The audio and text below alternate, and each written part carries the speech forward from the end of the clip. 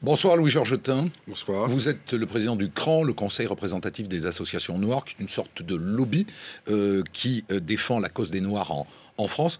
Est-ce que ça veut dire, ces manifestations, que même aux États-Unis, qui sont pourtant présidées par un Noir, la question de la place des Noirs n'est pas réglée ? Il est clair qu'elle n'a pas été réglée, cette question. L'élection de Barack Obama n'a pas du tout été un progrès spectaculaire sur le terrain. Aujourd'hui, par exemple, pour ce qui est des violences policières, les Noirs sont 21 fois plus souvent tués que les Blancs dans 21 fois plus souvent tués par des policiers. C'est un chiffre tout à fait accablant. Pourquoi ? Quelle analyse faites-vous des raisons ? Est-ce qu'au fond, il y aurait une sorte de racisme incontournable, insupportable, insurmontable surtout ? Il y a évidemment un héritage historique très très lourd, la ségrégation, les lois Jim Crow, etc. Il y a par ailleurs des dysfonctionnements sérieux dans le système judiciaire. Par exemple, le procureur est dans une situation de conflit d'intérêts, car il travaille tous les jours avec les policiers, et évidemment, il lui est difficile de mettre en cause ses propres collaborateurs. Donc il y a là des mesures objectives qu'il faudrait prendre pour résoudre ce problème, ou en tout cas pour limiter les dégâts. Mais au fond, est-ce que le racisme n'est pas quelque chose d'inextinguible ? Qui existera toujours. Probablement, mais on peut en tout cas limiter les effets. Et donc ce sont des mesures techniques, par exemple les caméras dont parlait Barack Obama, qui ne sont pas la panacée, mais qui permettraient d'avoir une plus grande surveillance et échapper à la culture de l'impunité et à la culture de la mort. Les Noirs américains n'ont pas progressé ces dernières années. Leur place dans la société est toujours restée en retrait. Alors, je ne dirais pas qu'ils n'ont pas progressé, mais je dirais que les écarts demeurent très grands, voire progressent. Les écarts économiques, sociaux. On investit plus d'argent, par exemple en Californie, dans les prisons que dans les universités.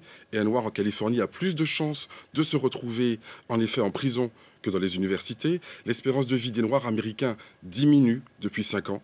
Elle diminue, chose tout à fait étonnante. Donc il y a effectivement les effets de la crise, les effets du racisme et les effets de ces dysfonctionnements cumulés qui produisent des catastrophes. Je m'arrête quand même 2 secondes sur cette idée que le racisme serait quelque chose d'insurmontable. Vous vous êtes rendu facilement à cette évidence ou pas ? En fait, le racisme est insurmontable. Simplement, c'est comme la pluie, si vous voulez. Il va toujours pleuvoir, mais vous voulez avoir un parapluie. Et donc ce qu'on demande, c'est que les gens aient des instruments pour se protéger et que les racistes existent toujours, certes, mais qu'on puisse s'en prémunir. Voilà le résultat auquel on aspire tous. En France, à votre avis, il y aurait matière à une révolte des Noirs, à un soulèvement des Noirs ? Sans doute, il y a en effet des violences policières.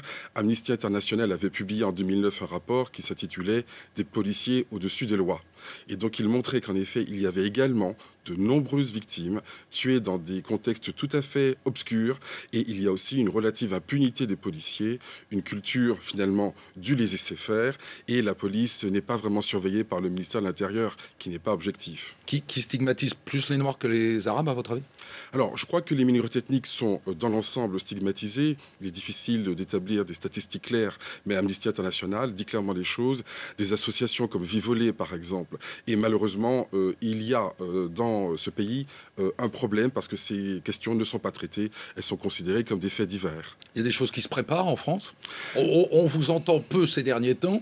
C'est donc que vous ne jugez pas la situation suffisamment urgente pour plonger dans des manifestations, par exemple. Ou peut-être que nous sommes en train de préparer des choses d'autant plus importantes. Vous êtes en train de préparer des choses importantes ? Nous travaillons notamment avec Jesse Jackson aux États-Unis sur un certain nombre de projets généraux. Il faut savoir que cette année, il y a une décennie des personnes d'ascendance africaine qui commence, qui est lancée.